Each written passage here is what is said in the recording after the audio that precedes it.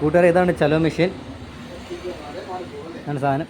അവിടെ സൈഡിൽ സ്വിച്ച് വയ്ക്കുമ്പോൾ മെഷീൻ ഓൺ ആവും. നമുക്ക് സ്റ്റാർട്ട് ഇത് ഓട്ടോമാറ്റിക്കായിട്ട് ഇതായതുകൊണ്ട് ഇനിയിപ്പോൾ അടുത്ത് ഞങ്ങൾ അപ്പാണ് പോകേണ്ടത്. സ്റ്റാർട്ട് കൊടുക്കുമ്പോഴത്തേക്കിന് അപ്പ് വരും. അപ്പോൾ ഫസ്റ്റ് നമ്മുടെ ഇത് വരുന്നത് പോത്തൻകോടാണ്. പിന്നെ നമ്മൾ ഇതിനകത്തത് തൊട്ടടുത്ത് പോത്തൻകോട് പമ്പ് ജംഗ്ഷൻ എന്ന് പറയുന്നത് ഇവിടുന്ന് ജസ്റ്റ് അങ്ങോട്ട് തിരിയുന്നിടമാണ്. കാരണം ഇതെല്ലാം ഗൂഗിൾ മാപ്പിൽ അപ്ഡേറ്റ് ചെയ്തിട്ടുള്ള സ്ഥലങ്ങളാണ്. ഈ സ്ഥലങ്ങളുടെ എല്ലാം പേര് നമ്മൾ ഇതിനകത്ത് ഇങ്ങനെ മാറ്റിക്കൊണ്ടേയിരിക്കണം.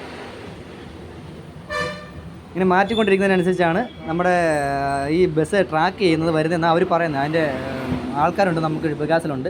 അപ്പോൾ അവരങ്ങനെയാണ് പറയുന്നത്. ഇതാണ് ടച്ച് മെഷീൻ. ഇപ്പോൾ നമുക്ക് ചേങ്കോട്ടോൺ എന്ന് പറയുന്ന സ്ഥലമാണെങ്കിൽ നമുക്ക് അതിൻ്റെ നമ്പർ ഇപ്പോൾ അറിയാവുന്നതുകൊണ്ടാണ് അടിച്ച് ക്യാഷ് അടിച്ച് കഴിയുന്നതിന് ടിക്കറ്റ് വരും. ഇനി ഇത് യു പി ഐ അടിച്ച് കഴിയുമ്പോൾ ഇതിനകത്ത് നമ്മുടെ QR കോഡ് കാണിക്കും. ആ QR കോഡ് കസ്റ്റമർ സ്കാൻ ചെയ്ത് കഴിയുമ്പം ഓട്ടോമാറ്റിക്കായിട്ട് നമ്മളുടെ കടകളിലൊക്കെ പൈസ കൊടുക്കൂലേ, ആ രീതിയിൽ പോവും.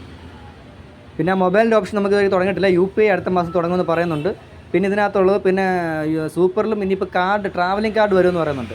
അപ്പോൾ അത് സ്കാൻ ചെയ്യാനായിട്ട് ബാക്കി ഒരു സ്കാനറുണ്ട്, ഒരു ക്യാമറയുണ്ട്. ഈ സാധനം എല്ലാം വർക്കിംഗ് ആണെന്നാണ് പറയുന്നത്. ഇത് ഉപയോഗിക്കാൻ എളുപ്പമാണ്. പിന്നെ മുമ്പേ പറഞ്ഞ ഇതാണ് അഡൽറ്റിൻ്റെ. ഇപ്പം നമുക്ക് ഒന്നിൽ കൂടുതൽ ടിക്കറ്റിൽ അടിക്കണമെന്നുണ്ടെങ്കിൽ ഇതിനകത്ത് ഇതാണ് കണ്ടോ 3, 4 നമ്മൾക്ക് എത്ര ആണെന്ന് വെച്ചാൽ അങ്ങനെ അടിച്ചു കൊടുക്കണം. അതാണ് അതിൻ്റെ ഒരു പ്രശ്നം. പിന്നെ ചൈൽഡിലാണെങ്കിൽ ഒന്നിൽ കൂടുതൽ അടിക്കാം. പിന്നുള്ളൊരു കുഴപ്പമെന്ന് പറയുന്നത് ഇതിനകത്ത് എത്ര പാസഞ്ചർ ഉണ്ടെന്ന് നിലവിൽ കാണാൻ പറ്റില്ല. നമുക്കങ്ങനെ പാസഞ്ചറിനെ അറിയണമെന്നുണ്ടെങ്കിൽ നമ്മൾ ഇതിൽ തൊട്ടിട്ട് ഇതിനകത്ത് റിപ്പോർട്ടുണ്ട്. ഇതിപ്പോൾ ഒന്നും അടിക്കാത്തതുകൊണ്ടാണ്. അല്ലാത്ത സ്ഥിതിയിൽ ഇതിന് റിപ്പോർട്ട് വരും. ഇതിൽ ഞെക്കുമ്പോൾ ഇവിടെ റിപ്പോർട്ട്സ് കാണിക്കും. ഈ റിപ്പോർട്ട്സിൽ പോയിട്ട് ട്രിപ്പ് വൈസ് റവന്യൂ ഡീറ്റെയിൽസ് ഉണ്ട്. ഇതിലടിക്കുമ്പോൾ മാത്രമേ ഇത് വരാൻ ഇത്തിരി ഡിലേ ഉണ്ടാകണ്ടേ.